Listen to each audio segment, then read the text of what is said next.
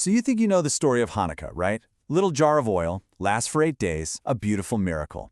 Well, what if I told you that's kind of like the movie trailer for a much bigger, grittier, and way more complicated epic? We're talking civil war, clashing empires, and a desperate fight for the very soul of a people. And you know what's wild? This question, what is Hanukkah really, isn't new. People were asking it 2,000 years ago in the Talmud, one of the most important books in Judaism. And the answer they gave? Yep, it's the story of the oil. But doesn't that feel a little small? For such a major holiday, you'd think there'd be more to it. And there is more to it, a lot more. See, when you go back to the books written closer to when this all went down, a completely different story pops out. The one we all know is about a miracle. But the historical one? Oh, that's about a messy, brutal civil war between Jews, a clash of civilizations, and some seriously intense geopolitical drama. So here it is, the famous quote from the Talmud. This is the story, the one that defined Hanukkah for centuries. But, and this is a huge but, this was written almost 600 years after the events actually happened. 600 years. That's a massive gap. Which, of course, leads to the big question. What did people say before this? What do the original sources tell us? Okay, and once you start looking, the whole oil story starts to look a little, well, shaky. For starters, the very first historical accounts, the books of Maccabees, they don't mention the oil. Not a word. The main prayer for the holiday, Al HaNissim, which talks all about the military wins, also totally silent on the oil. It makes you wonder, right? To really get to the bottom of this, we've got to jump in our time machine and go way back. All right, let's set the stage. To get what's about to happen, you have to picture Judea's location. It was this small piece of land constantly caught in a tug-of-war between giant, clashing empires. First, after Alexander the Great, you had the Ptolemies out of Egypt in charge. But then a new power, the Seleucids from Syria, comes in and conquers the place. And that single event, it was the spark that lit the fuse. So these new rulers, the Seleucids, they brought this thing with them called Hellenism. And you can basically think of it as the ancient world's first global culture. It was cool, it was sophisticated, it was powerful. Think Greek language, philosophy, art, even the gym. It was this incredibly attractive cultural wave that was sweeping across the known world. And this new powerful culture, it split Jewish society right down the middle. I mean, it created this deep, painful divide. You had a whole group, mostly the rich, city-dwelling elite, even a bunch of the high-up priestly families, who just jumped on the Hellenism bandwagon. They were called the Mitzvahnim. They started taking Greek names, speaking Greek, adopting Greek customs, all because it was the fast track to power and money in this new world order. So you've got these two sides forming. On one side, you have the traditionalists. These are mostly the folks in the countryside, the poorer people, who are holding tight to their traditions and their laws. And on the other side, you have this new Hellenized elite, who are all in on Greek culture, seeing it as the future. And this is so important to understand. This fight didn't start with a foreign enemy. It started as a bitter civil war, a battle for the very soul of the Jewish people.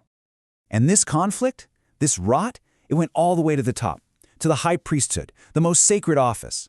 I mean, it gets crazy. First, this guy Jason literally bribes the foreign king to steal the high priest job from his own brother. Then he builds a Greek-style gym, where athletes competed naked, by the way, right next to the Holy Temple. But it gets worse. A rival named Menelaus comes along, offers an even bigger bribe, and then starts stealing treasures from the temple itself to pay the king back. And if anyone complained, he had them murdered. This is some serious soap opera-level corruption. So, the Seleucid king, Antiochus, he's looking at all this chaos, and he sees his corrupt Greek-loving allies like Menelaus, and he makes a huge mistake. He thinks, oh, this is what all the Jews want. So he decides to just crush the opposition. He does something that was almost unthinkable back then. He didn't just conquer a people. He tried to erase their entire religion. He outlawed Judaism. And the laws he passed were just unbelievably brutal. I mean, look at this quote. Suddenly observing the Sabbath could get you killed. Studying the Torah, killed. Circumcising your son, a death sentence. He wasn't just trimming around the edges, he was going for the heart. And the final insult? He took over the temple in Jerusalem and rededicated it to Zeus. He was trying to wipe Judaism off the face of the earth. So the king's soldiers start fanning out across the countryside, going from town to town, setting up altars, and forcing Jews to make sacrifices to Greek gods. It was a campaign of terror. But in one small, out-of-the-way village called Modin, they pushed too far, and they ran into one very stubborn old priest named Mattathias. The soldiers demand a sacrifice. And one of the Hellenized Jews from the village actually steps forward to do it, and Mattathias just snaps. He's filled with this righteous rage. He kills that man, kills the king's officer, smashes the altar to pieces, and with this incredible cry, he calls for anyone loyal to their faith to follow him. Then he and his 5 sons run for the hills. And just like that, with that one single bloody act, the rebellion is on. Now Mattathias dies about a year later, and leadership falls to his son, Judah. And Judah earns this nickname, the Maccabee. It means the hammer, and man did he live up to it. This guy had 0 formal military training, but he was an absolute strategic genius. He took this ragtag group of farmers and priests and forged them into a disciplined, lethal guerrilla fighting force. And you can see his brilliance perfectly at a battle called Emmaus. It's like something out of a movie. Judah knows he's outnumbered, so he gets clever. He leaves all the campfires burning at night so the enemy thinks his army is asleep. The enemy general sends a huge force to attack the empty camp, a total decoy. While they're off on a wild goose chase, Judah takes his real army, circles around, and completely sacks the enemy's main base camp. Imagine being those enemy soldiers coming back, seeing your own camp in flames. They just panicked and ran. It was a total masterclass in strategy. And they kept fighting like this for 3 long, brutal years. Against all odds, this small rebel army, led by Judah the Hammer, did the impossible. They marched right into Jerusalem, kicked the Seleucid forces out, and took back the temple.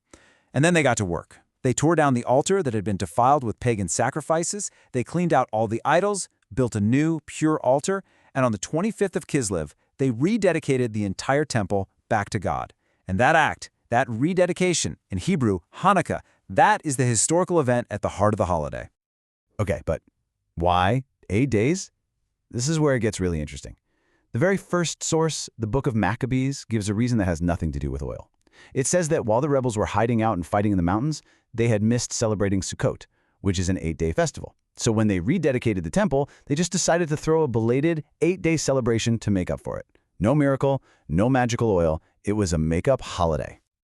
But just because they cleaned the temple doesn't mean the story was over, not by a long shot. This was a huge victory, for sure, but the war for freedom dragged on. Judah the Hammer was actually killed in a later battle. It took his brothers another 20 years of fighting to finally win total independence. And the dynasty they created, it only lasted about 80 years before it fell into the same old cycle of corruption and eventually got conquered by the Romans. So it's not a simple happy ending. So that brings us back to our big question. If the original story is about a military victory, why do we all know the story about the oil? Well, context is everything.